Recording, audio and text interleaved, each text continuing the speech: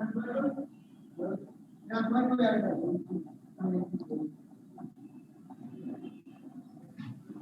আসসালামু আলাইকুম স্যার। হ্যাঁ, ওয়ালাইকুম আসসালাম। ভালো আছেন সাদ্দাম হোসেন? জি, আলহামদুলিল্লাহ। স্যার, আপনার মাধ্যম দিয়ে আমরা আপনাদের স্টুডেন্ট গুলোকে জানাতে চাচ্ছি একটা বিষয়। সরি? মানে স্টুডেন্টদেরকে একটা তথ্য দিতে চাচ্ছিলাম আর কি। হ্যাঁ হ্যাঁ হ্যাঁ, শিওর। মানে আমাদের জুমে ক্লাস করতে সবারই অসুবিধা হচ্ছে, মানে কেউ ডিসকানেক্ট হয়ে যাচ্ছে, কয়েকদিন ধরে এই প্রবলেমটা হচ্ছে আর কি। তো স্যার, এই জুম নতুন মানে একটা আপডেট সফটওয়্যার ভার্সন, মানে আপডেট করছে, ভার্সন নতুন নিউ ভার্সনটা আপডেট করার জন্য বলা হচ্ছে আর কি। প্রত্যেককে যার যার আইডি থেকে মানে নিজে একটা জুম সফটওয়্যারটা আপডেট করে নেবে আর কি। নিলে এই প্রবলেমটা সলভ হবে। আচ্ছা, সেটা কিভাবে নিবে? আপনি কি ইনস্ট্রাকশন দিয়ে দেবেন তাদেরকে? আচ্ছা, আমি স্যার ওদেরকে একটা মেলের লিঙ্ক পাঠিয়ে দিব। ওই লিঙ্কে গেলে ওরা ওই ওই আপডেটের ওই এটা পাবে, সফটওয়্যারটার লিঙ্ক পাবে, আমাদের ডাউনলোড করে নিয়ে ইনস্টল করে নেবে। আচ্ছা, ঠিক আছে, তাহলে আপনি ওনাদেরকে পাঠিয়ে দেন। আমি কি বলে দেবো কিছু? আপনারা শুনতে হ্যালো? পাচ্ছেন মনে হয়, তারপর হ্যাঁ, আপনারা যারা ক্লাসে এখন আছেন তারা তো সাদ্দামের কথা শুনেছেন, তাই না? জি স্যার। জুমে আপনাদের নেটওয়ার্কের সমস্যা হয়, কথা শুনতে সমস্যা হয় অনেকেরই। এই সমস্যাটা সলভ করার জন্য আপনাদের যে ইমেল আইডি আছে ওইখানে সাদ্দাম একটা লিংক ইমেল করে দিবে। আপনারা ওইটাতে ইয়ে করে আপডেট করে নিয়েন, ঠিক আছে?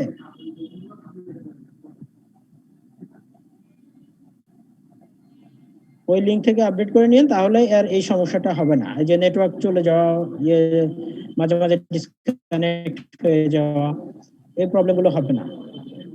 এটা আসলে আমাদের নেটওয়ার্কটাও তো একেবারে ওইভাবে নিরবিচ্ছিন্ন সংযোগ দিতে পারে না। এটাও একটা বড় কারণ, এটার জন্যও হতে পারে। তারপরেও ওরা যে প্রবলেমটা আইডেন্টিফাই করেছে সেটাও আপনারা একটু আপডেট করে রাখেন, তাহলে দেখবেন যে এটা সলভ হয়ে গেছে। ঠিক আছে, আমরা তাহলে এখন শুরু করি আমাদের আজকে ক্লাস।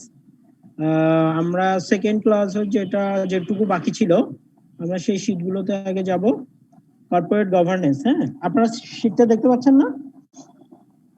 জি স্যার, পাচ্ছে। আচ্ছা, এটা আপনারা থার্ড ক্লাসের শীট কি পেয়েছেন? জি স্যার, আছে সবগুলো। আচ্ছা আচ্ছা, হ্যাঁ, থ্যাংক ইউ। আচ্ছা, আমরা কর্পোরেট গভর্নেন্স নিয়ে আমরা একটু আলোচনা করেছিলাম। আমাদের কোড অফ কর্পোরেট গভর্নেন্স যেটা আছে সেটাও আপনারা সবাই অবগত আছেন, এবং আপনাদের এথিক্স যেহেতু সবারই পড়ে পাস করতে হয়, তো ইথিক্স এর সাবজেক্টে কোড অফ কর্পোরেট গভর্নেন্স আমাদের দেশে যেটা 2018, সেটা আপনারা সবাই কম বেশি পড়েছেন। এটাতে সম্ভবত এক্সামশন হয় না ইথিক্সে, মানে অনেক কম হয় আর কি। কিছু কিছু ইউনিভার্সিটি আছে তারা হয়তো পায়, আর বেশিরভাগই পায় না। তো তারপরেও কর্পোরেট গভর্নেন্স নিয়ে আমরা ছোট করে একটু সংজ্ঞাটা আলোচনা করব। সেটা হচ্ছে corporate governance is the collection of mechanisms, processes and relations by which corporations are controlled and operated. এক কথায় হচ্ছে যে একটা, মানে আমরা কিন্তু কথায় কথায় এখন বলি গুড কর্পোরেট গভর্নেন্স বা গুড গভর্নেন্স নাই দেখে এই প্রতিষ্ঠানটা এরকম হয়েছে, বা এই প্রতিষ্ঠান, অনেক প্রতিষ্ঠানে দেখবেন যে আপনারা যখন ইন্টারভিউ দিতে যাবেন, যখন বেশি বেশি করে চাকরির চেষ্টা করবেন, তখন দেখবেন যে অনেক চাকরি আপনাদেরকে অফার করতেছে, কিন্তু আপনারা তখন খোঁজ নেন যে এখানে গভর্নেন্সটা কেমন, গুড গভর্নেন্স কিনা, বা কর্পোরেট পলিসিটা কেমন। এই জিনিসগুলো কিন্তু আপনারা খোঁজ নিয়ে তারপরে যে কোনো কোম্পানিতে জয়েন করেন, তাই না? আমাদের যে লোকাল যে কোম্পানিগুলো আছে তাদের গভর্নেন্সের ভিতরে ভালো গভর্নেন্স এক্সারসাইজ যেগুলো যারা করে, এরকম হাতে গোনা কয়েকটা কোম্পানি আমরা নাম বলতে পারবো। আর বেশিরভাগ কোম্পানিতেই ভালো কর্পোরেট গভর্নেন্স এস্টাবলিশড নাই, যার কারণে তারাও খুব একটা ভালো করে না, বা আমাদের মানে ওইখানে রিটেনশন রেশিওটা অনেক বেশি থাকে। যার কারণে আপনারা দু একটা ভালো কোম্পানির নাম বলেন তো, আমাদের লোকাল কোম্পানি যাদের কর্পোরেট গভর্নেন্স খুবই স্ট্রং একবারেই। স্যার, এখানে ইপিলিয়ন গ্রুপ আছে। হ্যাঁ হ্যাঁ, তারপর ইপিলিয়ন গ্রুপ। হ্যাঁ হ্যাঁ হ্যাঁ, এটা নিয়েছি। আর কেউ? ভায়োলেটেক্স আছে sir, ACI ACI, square, square, হ্যাঁ। আকিস, আর আকি যে আসলে সব জায়গায় ভালো কর্পোরেট গভর্নেন্স যে আছে বলা যায় না। হ্যাঁ, তারপর AKS। হ্যাঁ, আরেকটা ভালো রিনাউন্ড কোম্পানি আছে যেটার নাম বলেননি, আমি ওয়েট করতেছিলাম কেউ বলেন কিনা। এক্সিমকো ফার্মা, এক্স্যাক্টলি এক্সিমকো ফার্মা। হ্যাঁ, তো এই আমরা দেখেন আমাদের লোকাল কোম্পানিগুলোর নাম জিজ্ঞাসা করলে হাতে গোনা কয়েকটা কোম্পানি আপনারা বলতে পারবেন। তার মানে এখনো ভালো কর্পোরেট গভর্নেন্সটা চালু হয়নি, আসলে ম্যাক্সিমাম জায়গায় চালু হয়নি। তো এখানে কর্পোরেট গভর্নেন্স বলতে কিন্তু তাই বোঝাচ্ছে যে collection of mechanisms, process and relations by which corporations are controlled and operated. একেবারে সিম্পল সেন্টেন্সে খুবই সুন্দর করে কর্পোরেট গভর্নেন্স এর পুরো ব্যাপারটা এখানে বোঝানো হয়েছে। ঠিক আছে, আর আপনারা যেহেতু কয়েকটা উদাহরণ দিলেন তার মানে আপনারা বুঝতে পারতেছেন যে এরা কি ধরনের প্র্যাকটিস করে, অন্যরা কোন ধরনের প্র্যাকটিস গুলো করে না। এরপর আসেন the principles of good corporate governance in international context. দেখেন এই প্রিন্সিপালস গুলো শুধু ইন্টারন্যাশনাল কনটেক্সটে না, ইন্টারন্যাশনাল কনটেক্সটে তো আছেই, ন্যাশনাল কনটেক্সট আপনি মানে যে কোনো লোকাল যে কোম্পানিগুলো আছে সেখানেও কিন্তু এই ব্যাপারগুলো না থাকলে আপনি গুড কর্পোরেট গভর্নেন্স বলতে পারবেন না। যেমন লিগ্যাল সিস্টেম অবশ্যই একটা আইনগত যে আপনি যেমন ডেস্টিনির কথা বলেন, ডেস্টিনিতে MLM এর কোনো আইনই নাই এরকম কোনো বিজনেস করার, তাই না? তো সেখানে সেই বিজনেসটা তো আর এস্টাবলিশ হতে পারে না। হয়তো তাদের ফান্ড আছে, তাদের ক্যাপিটাল অনেক বেশি, কিন্তু তার মানে তো এই না যে এরকম একটা মানে লিগ্যাল যেটার ইয়েই নাই, মানে ভ্যালিডিটি নাই, তারা গুড কর্পোরেট গভর্নেন্স প্র্যাকটিস করবে এবং তারা সাস্টেইন করবে, তাই না? এই জন্য কি ধরনের গভর্নমেন্ট ভ্যালিডিটি নাই বলতে চাচ্ছেন আপনি? গভর্নমেন্ট আপনি বললেন ডেস্টিনি না, পাস আমি করতেছে বলছি না, যে তাহলে কি ধরনের গভর্নমেন্ট ভ্যালিডিটি নাই? MLM যে কোম্পানিগুলো এদের তো কোনো লিগ্যাল মানে কোনো আইন, এমন কোনো আইন নাই আমাদের দেশে যে আইনের ভিতরে এরা বিজনেস করে। এদের বিজনেসটার ধরনটাই নিয়েই এখনো কোনো আইন তৈরি হয়নি। কোম্পানি অ্যাক্ট অনুযায়ী তো তারা চলে না, চলে? আমি লিগ্যাল সিস্টেমের চলে না স্যার, বাট বোঝাচ্ছি যে তাহলে ট্রেড লাইসেন্স দিল কেন? অথরিটি তাদের রুলস এন্ড বিজনেস করতে দিল রেগুলেশন, কেন? লর কথা বলতেছি। হ্যাঁ, যত ল আছে গভর্নমেন্টের, সেই রুলস রেগুলেশন এন্ড ল এইগুলো মানে যারা, সেগুলোকেই গুড কর্পোরেট গভর্নেন্স প্র্যাকটিস হয়, যেখানে লিগ্যাল সিস্টেম গুলো ভালো প্র্যাকটিস হয়। এখন আপনার কোশ্চেনটা করেন।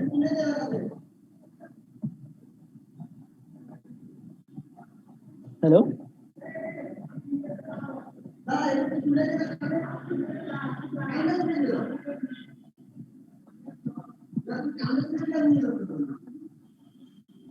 হ্যালো, হ্যাঁ, আমার মনে হয় আপনার আর কোশ্চেন নাই, তাই না? স্যার আপনি ক্যারি অন করুন। ওকে, এরপরে ফাইন্যান্সিং প্যাটার্নস। হ্যাঁ, ফাইন্যান্সিং প্যাটার্নসটা কেমন? কালচারাল ভ্যারিয়েবলস, বিভিন্ন কালচারাল ইন্টারন্যাশনাল কনটেক্সটে এটা অনেক বেশি থাকে, লোকালেও থাকে। তারপরে ফেয়ারনেস, অ্যাকাউন্টেবিলিটি, রেসপন্সিবিলিটি, হ্যাঁ,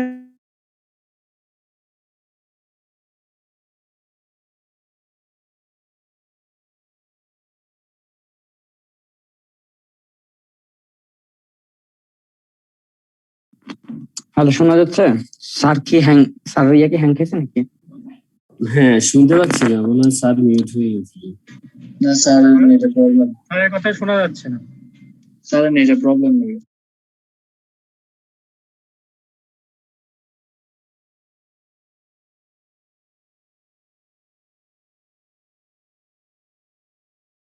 সরি, শুনতে পাচ্ছেন?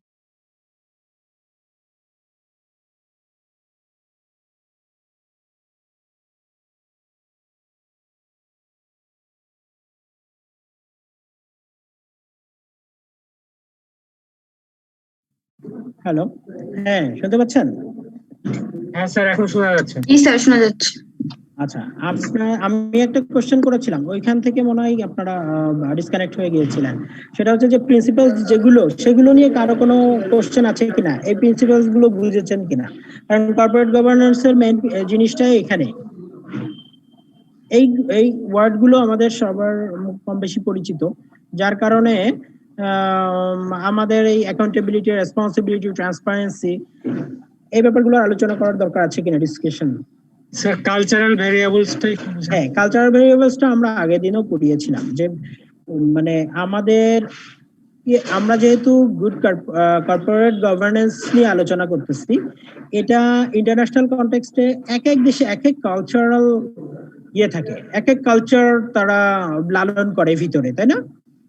বা বাংলাদেশে যে কালচারটা আছে, সেই ইন্ডিয়াতে তো তাই নাই, খুব কাছেই আমাদের প্রতিবেশী দেশ, ইউরোপে আরো নাই, বিভিন্ন দেশে বিভিন্ন রকম। তো এই যে বিভিন্ন ভ্যারিয়েবলস, এই যে ভ্যারিয়েবলসটাও, এটাও একটা কর্পোরেট গভর্নেন্সে এগুলো থাকতে হবে। যেখানে যে কালচার, সেখানে সেই কালচার অনুযায়ী গভর্নেন্সটা এস্টাবলিশ হবে এবং সবাই সেভাবেই কাজ করতে পারবে। তাদের যেখানে যে কালচার আছে সেখানে সেই কনটেক্সটে কাজ করবে। যেমন আমাদের দেশে কি, আমাদের দেশে যে কালচার, আমরা অনেক ধর্মভীরু, তাই না? এখন ধর্ম নিয়ে যদি কেউ কোনো একটা একেবারে মানে ধর্মের কোনো পাত্তা দেয় না, এরকম একটা কোম্পানি যদি এসে সেটাই এস্টাবলিশ করতে চায় আমাদের দেশে, তখন দেখবেন যে কনফ্লিক্টটা তৈরি হয়েছে এবং গুড কর্পোরেট গভর্নেন্স এস্টাবলিশ হবে না সেখানে। কারণ সবার ভিতরে একটা ধরনের ক্ষোভ থাকবে যে না, ওনারা এই কোম্পানি তো আমি এমন ভাবে বেড়ে উঠেছি, বা যে কালচারের সাথে আমি খুব পরিচিত, এরা তো সেটা প্র্যাকটিস করে না। তো এটা তার জন্য তখন কাজ করতেও প্রবলেম হবে এবং কোম্পানিতে সে ভালো এফোর্টটা দিতে পারবে না। এই ব্যাপারগুলোই কালচারাল ভ্যারিয়েবলসে চলে আসে। তো এইগুলো অ্যানালাইসিস করে একটা গুড কালচারাল এনভায়রনমেন্ট তৈরি করতে হবে প্রতিষ্ঠানে, সেই বিষয়টা এখানে আসছে।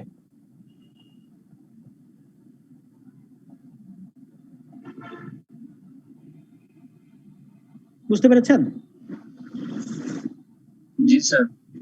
আচ্ছা, এখন আমরা তাহলে পরেরটায় যাই, benefits of corporate governance. Corporate গভর্নেন্সে কি কি বেনিফিট আছে? অবশ্যই এটা যখন একটা কোম্পানি প্র্যাকটিস করবে, তখন তো তার সে বেনিফিট খুঁজবে যে কিছু বেনিফিট আমি পাই, কোম্পানি কি কি বেনিফিট পাবে এটা দ্বারা, যে আমি এটা প্র্যাকটিস করাবো কোম্পানিতে। Good corporate governance ensures corporate success and economic growth. দেখেন, ওই যে প্রিন্সিপালস গুলো বললাম, বা কর্পোরেট গভর্নেন্সের যে মেইন বা গোলটা, যে জিনিসগুলোর উপরে কর্পোরেট গভর্নেন্স এস্টাবলিশ হয়, সেই জিনিসগুলো থাকলে আপনি কর্পোরেট সাকসেস বা ইকোনমিক গ্রোথ দুটাই দেখেন এনশিওর করে। তারপর কি, strong corporate governance maintains investors confidence, as a result of which company can raise capital efficiently and effectively. Very simple. দেখেন, ইনভেস্টররা কিভাবে কনফিডেন্স পায়। আপনারা ক্যাপিটাল মার্কেটের সাথে কেউ ইনভলভ আছেন? এনিওয়ান?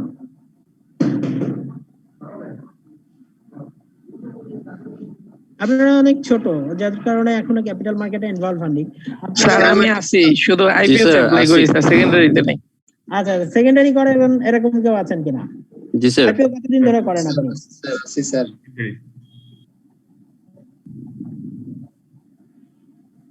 স্যার বাংলাদেশের ক্যাপিটাল মার্কেট এখন স্যার ওই আইপি কি বলে পি বা ইপিএস নিয়ে স্যার হয় না স্যার, এর সব গ্যাম্বলিং। না, আমি ওইটা নিয়ে বলতে চাচ্ছি না আপনাকে, আমি ওই বিষয়ে যাব না, আমি যাচ্ছি কনফিডেন্সের জায়গায়। আপনি দেখেন, যারা ক্যাপিটাল মার্কেটে আছেন তারা তো স্কয়ার ফার্মার নাম শুনেছেন, তাই না? জি স্যার। স্কয়ার ফার্মার শেয়ারটা আছে। তো স্কয়ার ফার্মা আপনি ক্যাপিটাল মার্কেটের 100 জন বিনিয়োগকারীর কাছে শুনবেন, 100 জন বিনিয়োগকারী এখানে কনফিডেন্স পাবে এবং সে বলবে যে হ্যাঁ, ওদের গুড কর্পোরেট গভর্নেন্স আছে, ওইখানে ইনভেস্ট করা যায়। 100 জনকে বলবেন, 100 জনই বলবে, 99ও না। কিন্তু অনেকেই করে না, বেশিরভাগই করে না। কারণ কি, ওইখানের ইনভেস্টমেন্ট রিটার্ন যেটা পায় সেটা একটা রেশিও অনুযায়ী পায়। কিন্তু ক্যাপিটাল মার্কেটে যারা আছে এরা বেশিরভাগই আরো দ্রুত বেশি লাভ করতে চায়। যার কারণে এই শেয়ারটাতে ইনভেস্ট না করে অন্যান্য গুলোতে করে। তো আমি জিপির কি এরকম শুধু যে স্কয়ার ফার্মা তা না, জিপিতে ইনভেস্ট করে অনেকে কনফিডেন্স পায়, তারপরে ব্যাট বিসিতে করে পায়, বার্জারে পায়। এই যে কোম্পানিগুলো, এগুলো তো গুড কর্পোরেট গভর্নেন্স বা স্ট্রং কর্পোরেট গভর্নেন্স মেনটেন করে, যার কারণে কিন্তু ইনভেস্টররা এখানে ইনভেস্ট করতে কনফিডেন্স পায়। আমি সেই বিষয়টাতে আসতেছি। এমনি মার্কেটের পি রেশিও বা মার্কেট কিভাবে চলে এগুলোতে আমি যাব না, বুঝতে পেরেছেন? আমরা তো কর্পোরেট গভর্নেন্স করতেছি, তার সাথে রিলেটেড যদি কোনো উদাহরণ আসে তখন আমরা সেদিকে যাব। তারপরে কি, এটা ইট লোয়ার্স দ্য ক্যাপিটাল কস্ট। আপনি যখন ভালো কর্পোরেট গভর্নেন্স প্র্যাকটিস করবে তখন ভালো হ্যালো জি স্যার শুনতে পাচ্ছি। স্যার বলতেছি, শুনতে পাচ্ছি, বলেন। হ্যাঁ, তখন দেখবেন যে ক্যাপিটাল কস্টটাও লোয়ার হয়ে যাবে। এটা বিভিন্ন কারণে। কস্ট এফিশিয়েন্ট তো অবশ্যই, কস্ট এফিশিয়েন্ট বিভিন্ন কারণে হয়। কারণ হচ্ছে corporate governance, good corporate governance থাকলে সেখানে যারা কাজ করে তারাও না নিজেদের রেসপন্সিবিলিটি, নিজেদের অ্যাকাউন্টেবিলিটি, তারপরে ট্রান্সপারেন্সি থাকে। ওভারঅল এগুলো থাকলে এমনিতেই এই কস্ট গুলো কমে আসে। সব জায়গায় দেখবেন যে একটা ভালো এফিশিয়েন্ট বা হচ্ছে, মানে আমাদের অ্যাকাউন্টে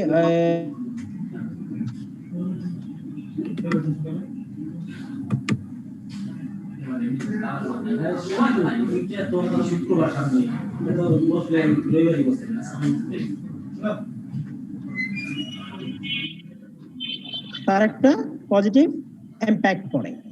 It provides proper investment to the owners as well as managers to achieve objectives that are in interest of the shareholders and the organizations. এই কথাগুলো বলেছি, তবে একটু ব্যাখ্যা করে করে আপনারা একটু সুন্দর করে লিখবেন। বুঝতে পারতেছেন সবাই? তারপরে কি, good corporate governance also minimise wastages, corruption, risk and mismanagement. দেখেন এইসব যে ভালো কর্পোরেট গভর্নেন্স থাকলে করপশনও করতে পারবে না, নষ্ট হবে না। নষ্ট হলে তাও তো তাকে বুঝে দিতে হবে। হয়তো বাজেটই করা আছে যে 5% আমার নরমাল লস ধরতে হবে, তো তার বেশি কেন হলো তার একটা জবাব দিতে হবে। সব জায়গায় যদি একটা ভালো সিস্টেম ডেভেলপ হয় বা একটা ভালো সিস্টেম মেনটেন করা হয় তাহলে ওয়েস্টেজও দেখবেন যে কমে যাবে।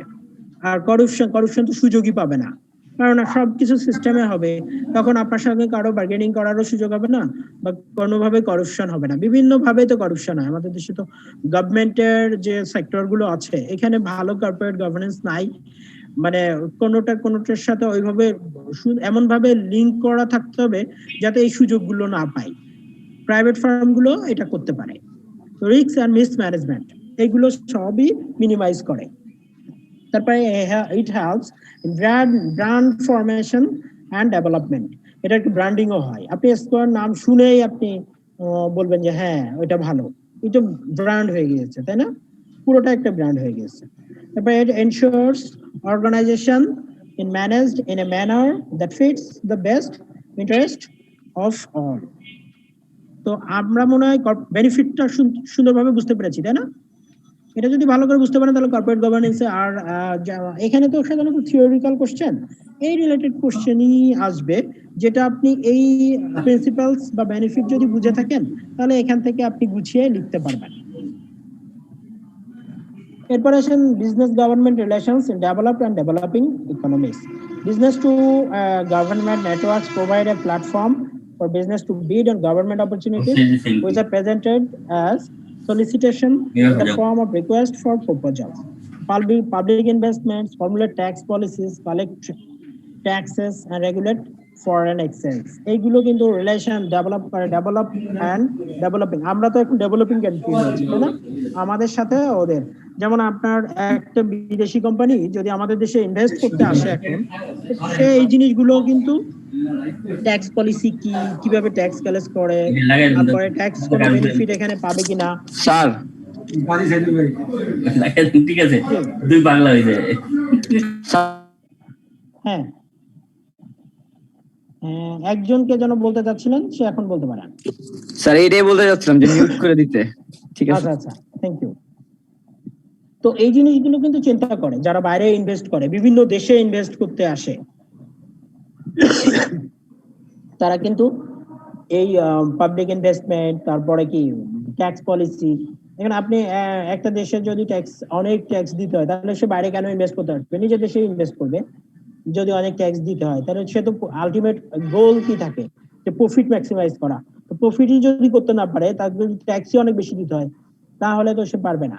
যেমন আমরা হিসাব করেছি, আমি তো অনেকদিন ব্যাংকে তো আমি অনেক কম দিন, টেলিকমিউনিকেশনে অনেক দিন ছিলাম, 3.5 বছর মতো জব করেছি আমি টেলিটকে।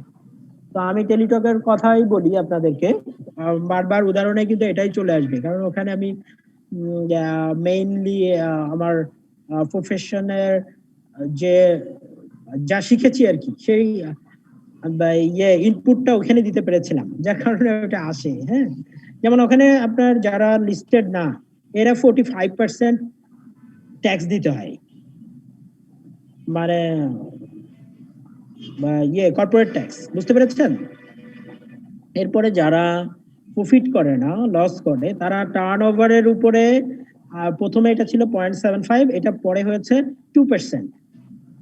That means 2% tax. 2% আপনার টার্ন ওভার হলেই আপনার হয়তো 10,000 কোটি টাকা টার্ন ওভার, 2% ট্যাক্স গভর্নমেন্টকে দিয়ে দিতে হবে, যদি লসে কোম্পানি হয়। আর যদি লাভে হয়, তাহলে টার্ন ওভার ট্যাক্সটা দিতে হয় না, এটা আপনারা ভালো করে জানেন। এরপরে আসেন, ওই যে সেদিন বলেছিলাম, আপনারা যারা প্রথম দিন ক্লাস করেছিলেন, যে আমাদের এখানে গভর্নমেন্টকে, বিটিআরসি কে 5.5% ট্যাক্স দিতে হয়। শুনতেছেন আপনারা? জি স্যার। জি স্যার। তাহলে 5.5 আর 45 কত আসে? মনে করেন একটা প্রতিষ্ঠান প্রফিট করে, তার কথাই আসেন, তাহলে 45 আর 5.5, তার মানে 50.5 আসবে, তাই না?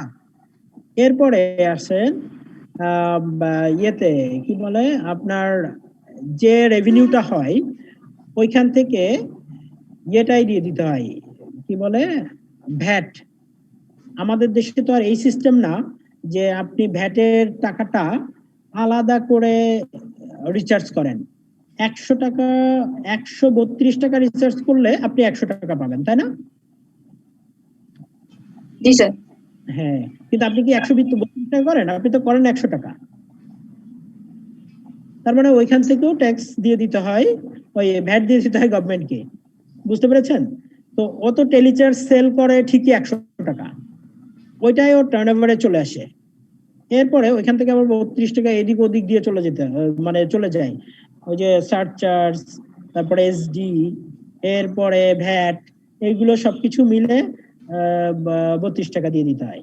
তো দেখেন, একটা মোবাইল কোম্পানির ট্যাক্স দেওয়া ছাড়া আর কোনো মানে মানে ট্যাক্স দিতে দিতে ও লাভের কথা চিন্তাই করতে পারে না। বেশিরভাগই কোম্পানি, যেমন জিপি তো এখন জায়ান্ট, জিপি, রবি, এরা একটু ভালো পজিশনে আছে। বাংলালিংক, টেলিটক, সিটিসিএল তো বন্ধই হয়ে গেল, এরা কিন্তু সবাই লসে আছে। স্যার টোবেকো কোম্পানি ধরো স্যার এরকম দিতে ওদেরকেও হয় তো স্যার। অনেক ট্যাক্স দিতে, হ্যাঁ, আর বছর বছর বাড়তেছে এটা। জি স্যার। একটা বাইরে থেকে একটা যখন কোম্পানি আসে, তখন কি আসে, তখন সে একটা ট্যাক্স পলিসি দেখে আসে, যে এখানে এইটা দিতে হবে, আমি এই টাকাটা লাভ করব, এখান থেকে আমি এই রিটার্নটা নিয়ে আসবো, তাই না? এরপরে যদি আপনি প্রতি বছর বছর এটা চেঞ্জ করেন, প্রতি বছর বছর বাড়াতে থাকেন, সে একটা সময় তার ইনভেস্টমেন্ট আবার গুটিয়ে নিয়ে চলে যাবে অন্য কোথাও, যেখানে সে ট্যাক্সের স্বর্গ পাবে আর কি। মানে তারা তো ট্যাক্স পলিসিটা মেইন কনসিডার করে, বুঝতে পেরেছেন? আমরা এই বিষয়টাকে নিয়ে কেন আলোচনা করতেছি, যে এই পলিসিটা যদি যখন তখন চেঞ্জ করা হয়, এটার একটা ভালো ফর্মুলেট ট্যাক্স পলিসি দরকার, তাহলেই না একটা ভালো কোম্পানি ইনভেস্টমেন্ট করবে। এবং ডেভেলপিং ইকোনমিক্সে যে বিষয়গুলো কনসিডার করতে হয়, সেখানে এই বিষয়গুলো চলে আসে। এরপরে আসেন regulation in the national and international context and its impact on the firm. কি কি রেগুলেশন? ওই যে রুলস রেগুলেশনের কথা বললাম। Ensure that all manufacturing, importation, exportation, wholesale and distribution establishments are licensed. এগুলো তো আছেই, লাইসেন্স তো করতে হয়। Activities and premises must comply with GMP and good distribution practice requirements. before products are marketed, assess their safety, efficiency, and quality. Monitor the quality and safety of products on the market to prevent harmful substandard and counterfeit products from reaching the public. দেখবেন মাঝে মাঝে এই regulation দিয়ে national international কি কি impact পড়ে একটা ফার্মের উপরে, এই জিনিসগুলো কিন্তু সবসময়ই আমরা কনসিডার করে থাকি আমাদের নিজেদের। আমরা হয়তো ডাইরেক্ট কাজ করি না এগুলো নিয়ে, কিন্তু আলটিমেটলি কোনো প্রোডাক্ট বা কোনো কোম্পানি যখন বিভিন্ন ন্যাশনালে বা ইন্টারন্যাশনালে সে বিজনেস রান করে, তখন এই জিনিসগুলো তার অবশ্যই সবসময় কনসিডার করে বিজনেস করতে হয়। বুঝতে পেরেছেন? আমি এত আসলে করেও পারা যায় না, আর এত সময়ও পাওয়া যায় না আমরা আমাদের, যার জন্য আমি একটু এগুলো আপনারা একটু পড়ে নিয়েন। এগুলো এমন ভাবে লেখা আপনারা হয়তো বুঝতে পারবেন। আর আপনাদেরকে আমি বলেছিলাম যে আগে ক্লাসের আগে যদি একটু স্টাডি করে আসেন, তাহলে কোথাও আটকানো থাকলে সেটা আমাকে সাথে সাথে জিজ্ঞাসা করলেন, আমি যদি জানি তাহলে অবশ্যই অ্যান্সার করব। এরপরে institutional governance and economic growth. Economic growth কি জিনিস? যে it can increase in the production of goods and services over a specific period. আমাদের গ্রোথ রেট কত? এই যে করোনার ভিতরেও জানা আছে কার? 7 মতো স্যার। একটু কমে গেছে না? এখানে মানে 5, 5.5 এরকম আছে। 5.5 হ্যাঁ হ্যাঁ 5.5 মতো। হ্যাঁ 5.5 মতো। তো যে এটা এটা এটা কিভাবে ইয়ে করে যে economic growth is an increase in the production of goods and services over a specific period. Economic growth creates more profit for businesses. দেখেন আমাদের দেশে কিন্তু এখন অনেক বড় অপরচুনিটি আছে, যেখানে গ্রোথ শেষ হয়ে গিয়েছে বা গ্রোথ রেট 1 বা 2%, সেখানে আপনি সেখানে যে প্রফিটটা পাবেন বা সেখানে যে মার্কেট অপরচুনিটিটা আছে, আমাদের দেশে কিন্তু অনেক মার্কেট অপরচুনিটি আছে। আপনি এখনো একটু মফস্বলে একটু বিভাগীয় শহরে যান, সেখানে দেখবেন যে ঢাকা শহরে যা হয়েছে তার কিছুই এখনো হয়নি। তো এই মার্কেটটা পুরোটাই ফাঁকা আছে। এখনো যদি কেউ এরকম, এখন দেখেন ওই যে স্টার্টআপ যে ইয়ে আছে এন্টারপ্রেনিয়র, তারা কিন্তু এই অপরচুনিটি গুলো নিচ্ছে এবং বিভিন্ন লোকালে যদি বিজনেসটা করতে পারে, তাহলে দেখবেন যে একটু রিস্ক নিতে হবে। হ্যাঁ, আমরা যারা এই যে লেখাপড়া শিখে সিএমএ বা সিএ মেম্বার বা অ্যাকাউন্টেন্ট, বড় বড় অ্যাকাউন্টেন্ট হচ্ছি, তারা আসলে এই রিস্কটা নিতে পারি না, কারণ এরা এত বেশি অ্যানালাইসিস করে আর এই রিস্ক নেওয়ার ক্ষমতা হারায় ফেলে। বুঝতে পেরেছেন? রিস্ক যারা নেয় তারা খুব সাহসী হয় এবং দেখবেন যে চাকরি ছেড়ে দিয়ে চলে আসছে বিজনেসে ডাইরেক্ট। এরা না খুব ভালো করে, একটা সময় খুব ভালো করে, হয়তো একটু স্ট্রাগল করা লাগে, কিন্তু পরে একবার দাঁড়ায় গেলে খুব ভালো করে। তো আমরা শুরুতেই ভাবি যে না, এটা তো নেগেটিভ, এই জিনিস আছে, হচ্ছে চাকরি করতেছি, ভালোই আছি, এই জন্য না সারা জীবনই মানুষের কামলাই খাটতে হবে। কিন্তু নিজে কিছু করার জন্য এই শিক্ষাটাই হয়তো কাল হয়ে দাঁড়াইছে। যদি এরকম না শিখতাম বা এই অ্যানালাইসিস গুলো না করতাম, তাহলে হয়তো আমরাও রিস্ক নিতে পারতাম। কারণ এখন আসলে দেখি যে অপরচুনিটি আছে, কিন্তু এই রিস্ক নেওয়ার সাহস গুলো থাকে না। ইকোনমিক গ্রোথে আমাদের দেশে আসলে আপনাদের জন্য এই সুযোগটা আছে। আপনারা যারা এখন ফ্রেশার, তারা দেখবেন, তারা খুঁজে বের করবেন যে কোনটা এখন, বিশেষ করে একটা আইডিয়া দিই আপনাদের, যে অসুবিধা যেগুলো আছে সমাজের, অসুবিধাগুলোর সলিউশন যদি আপনি বের করতে পারেন এবং সেটা নিয়ে অ্যানালাইসিস করে সেইটা বিজনেসের আদলে আপনি যদি রিস্ক নিতে পারেন, তাহলে দেখবেন যে এটা আপনার ভালো করবেই, মানে ড্যাম শিওর। বুঝতে পেরেছেন? আর বিজনেসের প্যাটার্নটা তো এখন চেঞ্জ হয়ে গেছে, এখন আপনারাই ভালো করতেছেন। এখন দেখেন ই বিজনেসটা এখন এত বেশি পপুলার হয়েছে, যার কারণে এটা তো সবচেয়ে বড় সুযোগ আপনাদের হাতে। কারণ আপনারা যত এত এক্সপার্ট তো আমরা যারা 80-এর আগে যাদের জন্ম, তারা তো এত বেশি ইয়ে না, এত এক্সপার্ট না আপনাদের মতো। আপনারা ভালো করবেন। গ্রোথটা আসলে আপনাদেরই ধরে রাখতে হবে এবং এই নিয়েই কাজ করতে হবে। যার কারণে আমরা ইকোনমিক গ্রোথের বিষয়টা মনে হয় সবাই বুঝেছেন, তাই না? আমরা পরেরটাই যাই। এরপরে role of institutions and governance in economic growth. এখানে কি কি রোল রাখে? সেটা হচ্ছে যে good corporate governance ensure corporate success, এটা তো আমরা আলোচনা করেছি। Strong corporate governance maintain investor confidence.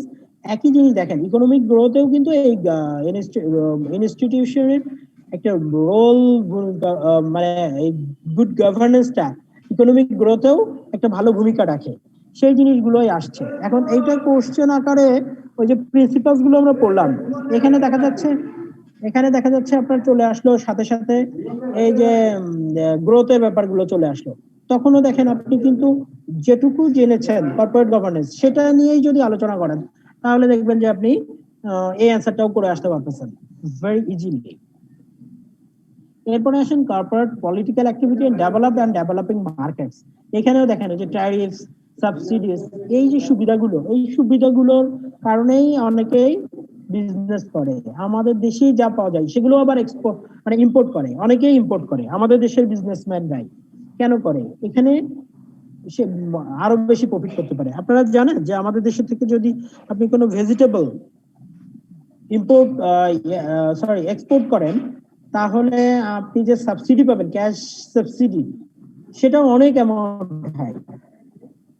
Exact percentage আমি বলতে পারবো না, তবে এই যে ডেভেলপ কান্ট্রিতে আপনি যদি এগুলো, এই যে বিশেষ করে ইউরোপ আমেরিকাতে যদি আপনি পাঠান, তাহলে আপনি যে ক্যাশ সাবসিডি পাবেন ওইটাই আপনার প্রফিটের, মানে আপনি যে কস্টে কিনবেন ওইটার কাছাকাছি চলে যায়।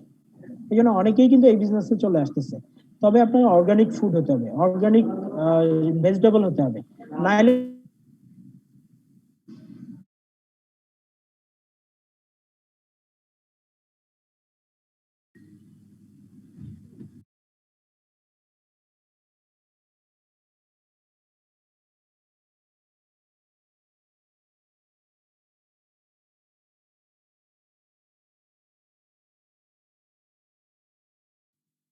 স্যার কি কেউ শুনতে পাচ্ছেন? হ্যাঁ ভাই। হালকা শোনা যায় না।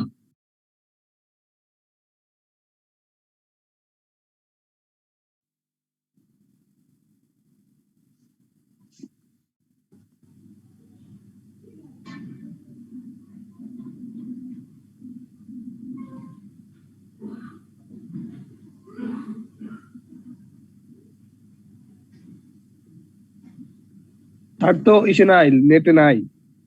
হ্যাঁ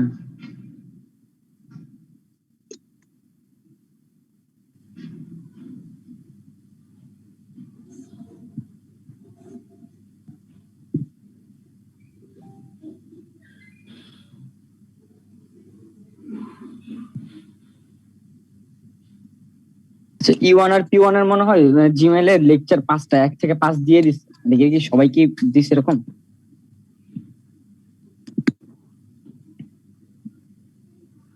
কে বলতে পারবেন? না ভাই, সবাই মনে হয় পায়নি, আমি তো পাই নাই। হ্যালো, আমাকে শুনতে পাচ্ছেন? জি স্যার। আচ্ছা, আমরা যে বিষয়টা নিয়ে আলাপ করতেছিলাম যে আমাদের এই যে সাবসিডিজ কিন্তু পাওয়া যায়, ক্যাশ গ্রান্টস পাওয়া যায় গভর্নমেন্ট থেকে, এই যে ভেজিটেবল যদি এক্সপোর্ট করে। হ্যাঁ, আচ্ছা, কেউ মনে হয় কিছু বলতে চান, সে যেন হ্যান্ড রেইজ করেছেন।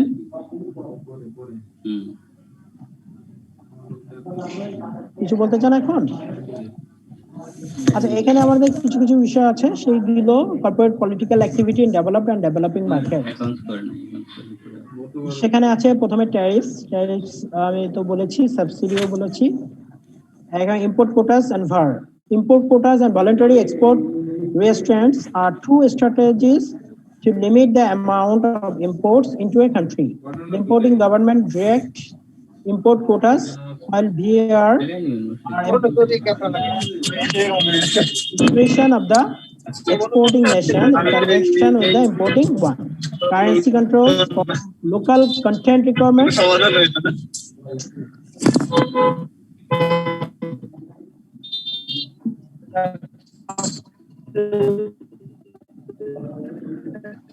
এরপরে anti dumping rules. Anti dumping এর ব্যাপারটা আপনারা জানেনই, আমাদের দেশের জুট সেক্টরটা কিন্তু অ্যান্টি ডাম্পিং এর কারণে এখন এটা এখন ইয়ে হয়ে গিয়েছে, এই সেক্টরটা এখন স্যার স্লাইড দেখা যাচ্ছে না।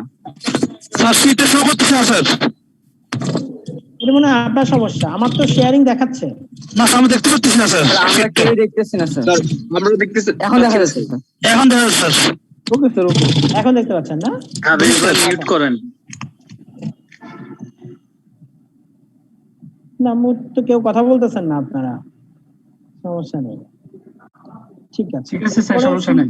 জোন অ্যাডমিনিস্ট্রেটিভ পলিসিস, এই বিষয়গুলো কিন্তু আমাদের কর্পোরেট পলিটিক্যাল অ্যাক্টিভিটি, হ্যাঁ, বিভিন্ন কারণে এগুলো বাড়ায় কমায় দেয়, দিয়ে আমাদেরকে মানে বিজনেসের কেউ কেউ বিজনেস করার জন্য এটা করে, কেউ নষ্ট করার জন্য করে, কেউ না করার জন্য এই পলিসিগুলো নেয়।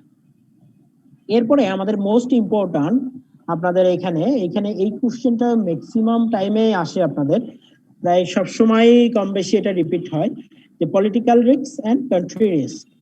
পলিটিক্যাল রিস্ক কোনটা হয়? Government governs a country can affect the operations of a firm. আমরা কিন্তু ওই যে পলিটিক্যাল যে পয়েন্ট গুলো বলেছি ওইখান থেকেই পলিটিক্যাল রিস্ক গুলো চলে আসে। The government might be corrupt, hostile or totalitarian বলতে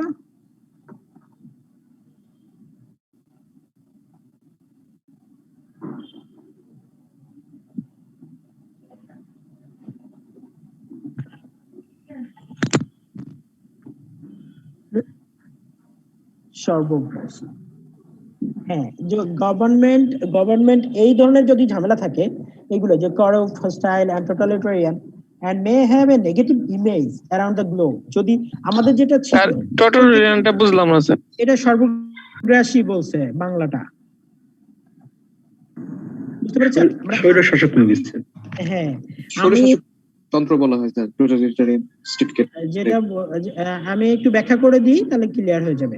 যে আমাদের দেশে যেটা ছিল আগে, পলিটিক্যাল রিস্ক যেগুলো ছিল, যেমন আমাদের দেশের একটা ভালো রেপুটেশন কিন্তু বাইরে ছিল না পলিটিক্যাল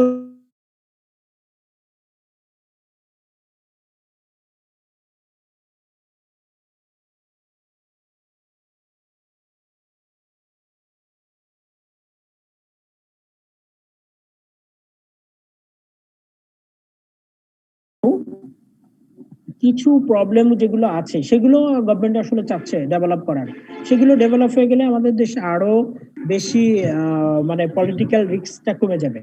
তো পলিটিক্যাল রিস্কটা যে এই যে করুপশন যদি থাকে, তারপরে এই যে টোটালিটারিয়ান বলতেছে মানে হোস্টাইল, এই যে দেশে বিভিন্ন রকম গভর্নমেন্ট পলিসির বা পলিটিক্যাল ইস্যু নিয়ে যে প্রবলেম গুলো তৈরি হয়, একটা দেশে বিজনেস করতে আসছে, সে হয়তো একটা ফ্যাক্টরি করবে, ফ্যাক্টরি করতে তার দেখা যাবে যে অনুমোদনটা নেওয়ার জন্যই তার অনেক বেশি ইয়ে দেয়া লাগতেছে, মানে স্পিড মানি খরচ করতে হচ্ছে।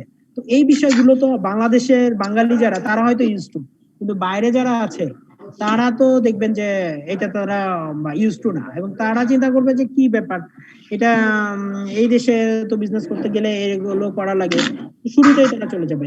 এই রিস্ক গুলো এখন যত কমে যাবে তত না আমাদের দেশের ইমেজটা বাড়বে, ইমেজটা পজিটিভ হবে। তো নেগেটিভ ইমেজ গুলোই কিন্তু পলিটিক্যাল রিস্ক, বুঝতে পেরেছেন এখন? হ্যাঁ স্যার, বুঝলাম। হ্যাঁ, তো এই জিনিসগুলো কিন্তু পলিটিক্যাল রিস্ক। এরপরে আসেন country risk.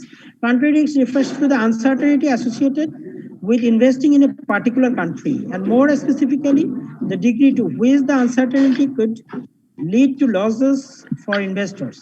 This uncertainty can come from any number of factors including political, economic, exchange rate or technological influences. এগুলো ওভারঅল কান্ট্রি মানে political risk one of them of country risk. হ্যাঁ, country রিস্কটা হচ্ছে total political risk country রিস্কের ভিতরে involve, but political risk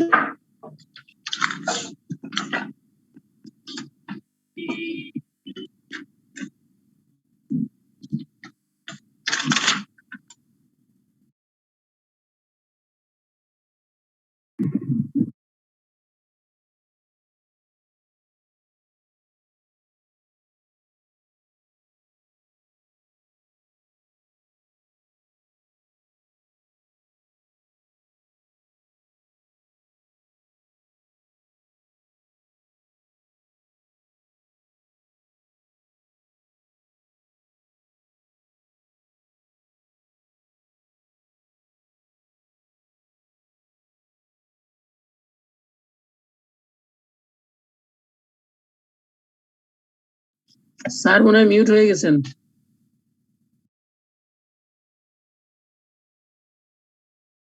main policy গুলো নিয়ে একটু আলোচনা করে নিয়ে এটা আমাদের লাস্ট স্লাইড এখানকার যে আনফেভারেবল বিজনেস এনভায়রনমেন্ট যদি ফেভারেবল আনফেভারেবল বিজনেস এনভায়রনমেন্টে যদি ফেভারে না থাকে তো political risks are the likelihood that political forces will cause drastic changes in a country's business environment that hurt the profit and other goals of a business enterprise. তারপরে government unstable এই বিষয়গুলো কিন্তু main political risk.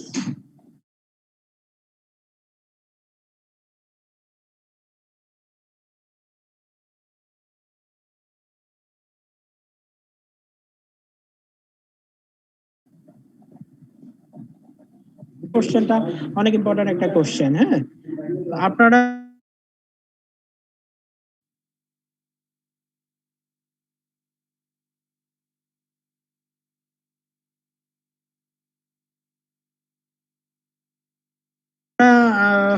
আমরা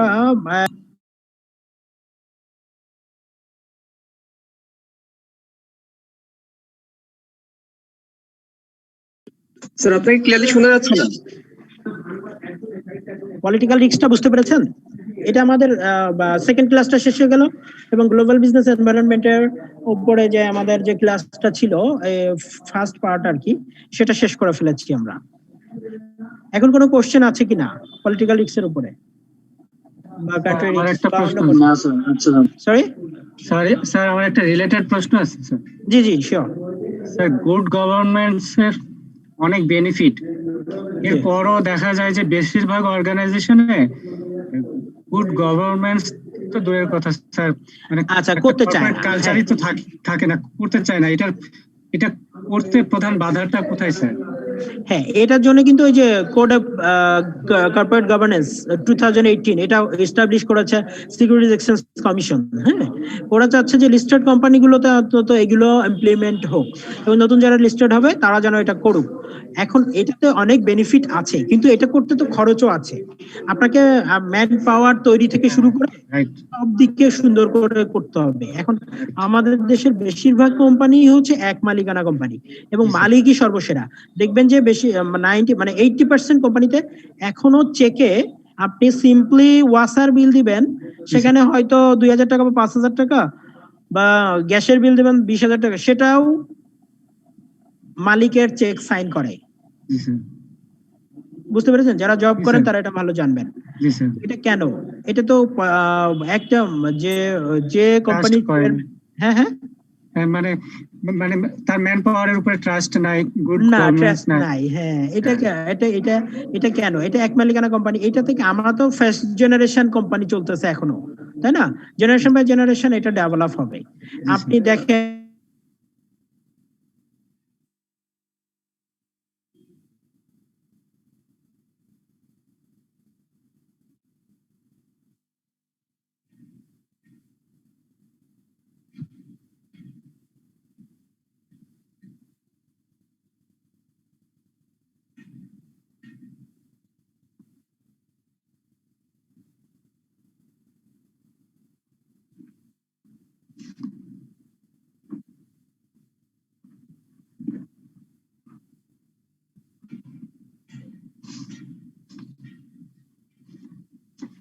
sir আপনাকে বোঝা যাচ্ছে না এবং শোনা যাচ্ছে না।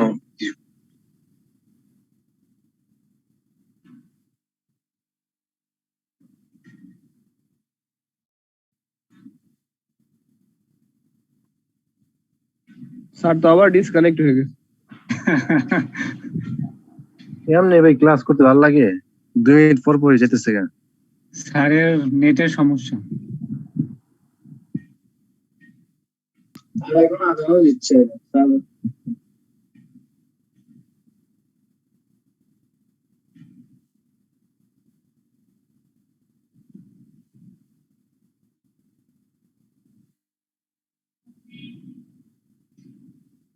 এগুলো তো স্যার আপনি এখনো মিউট আছেন স্যার। আমাদেরকে ধৈর্য ধরে আসলে শুনতে হবে, কারণ এগুলো তো সবসময় এরকম হবে না, মাঝে মাঝে এরকম হতে পারে নেটের কারণে। জুম আসলে গতকাল থেকে ডিস্টার্ব করতেছে, সবারই করতেছে। হ্যাঁ,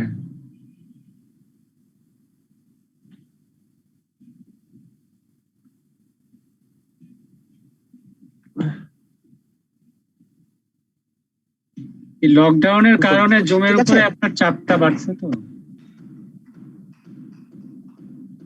হ্যাঁ, ঠিক আছে, thank you very much.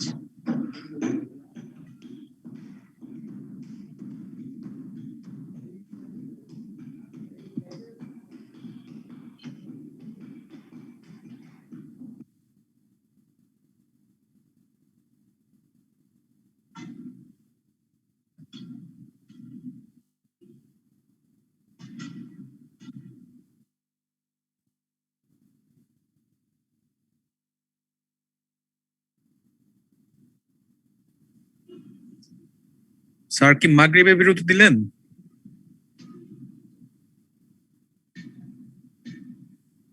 Thank you দিয়ে দিল তো।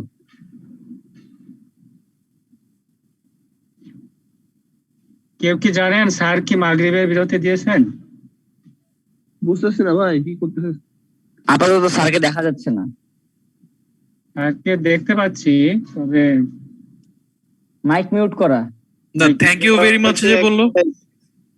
স্যারের নাম্বার থাকলে স্যারকে একটা কল দেন, দিয়ে জিজ্ঞাসা করতে।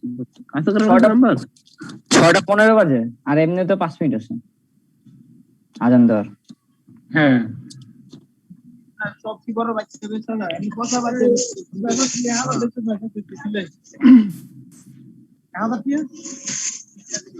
আপনারা ধৈর্য ধরেন, স্যার হয়তো এই বিষয় নিয়ে কথা বলতেছেন।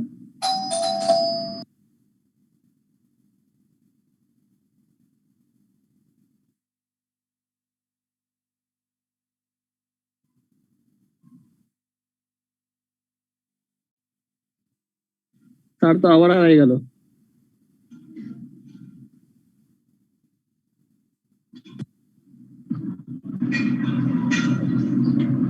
নামাজের সময় হয়ে গেলে চলে যাব।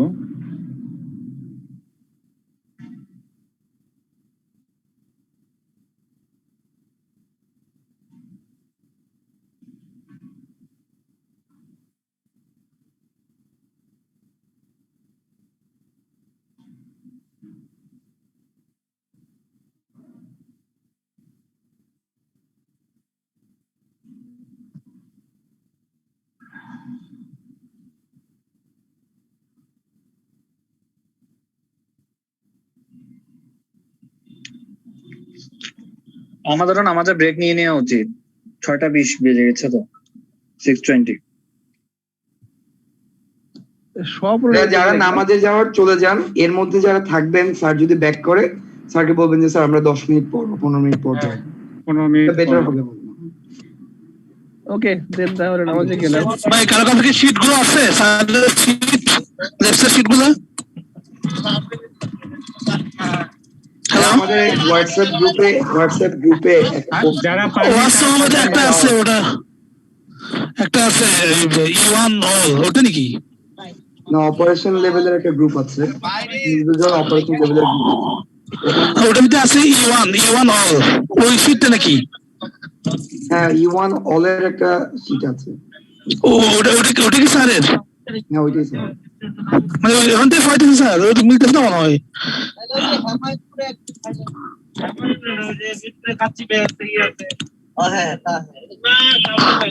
শাহরুখ ভাই, ওই সিট থেকে ওঠে নাকি E1 all ওটা? হ্যাঁ, এইটা। আর এই ছাড়া তো আপনাকে মেইল করা হবে। আমি তো ভাই কোনো মেল পাইনি ভাই। আপনি মেল পাইছেন? আজকে তো এখনো পাই নাই। আমাকে স্যার পড়ানো মেইল করে দিবেন। তো মেল তো আপনি কি মেল পান স্যারের মেলটা? যদি আমি পাই আমি গ্রুপে শেয়ার করে দিব। আচ্ছা ঠিক আছে, আপনি দেখেন।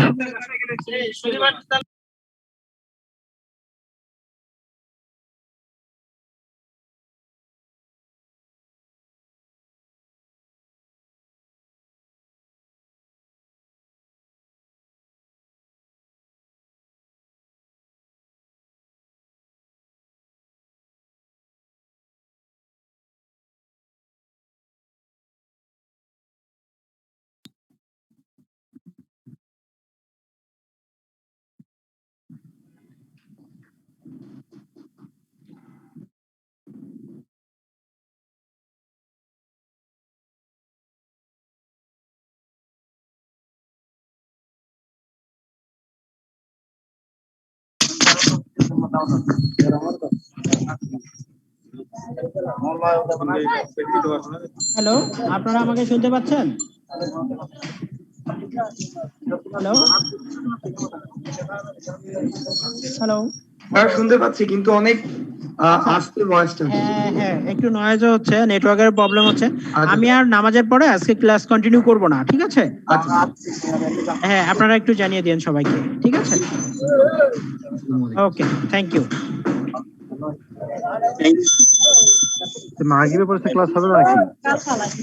ভাই এইখানে যারা আছেন সবাই তো শুনলেনি, তারা ক্লাসটা কন্টিনিউ করবে না, আমরা গ্রুপে একটু লিখে ও এটা কি ভাইয়া এখানে মানে সমাপ্তি? সরি এই ক্লাসটা কি এখানে সমাপ্তি আর হবে না ক্লাস? না স্যার, মনে হয় কোন কারণে আর কি ক্লাসটা শেষ করে দিয়েছে। ওকে ভাই, থ্যাংক ইউ। আজকের মতো শেষ। Okay.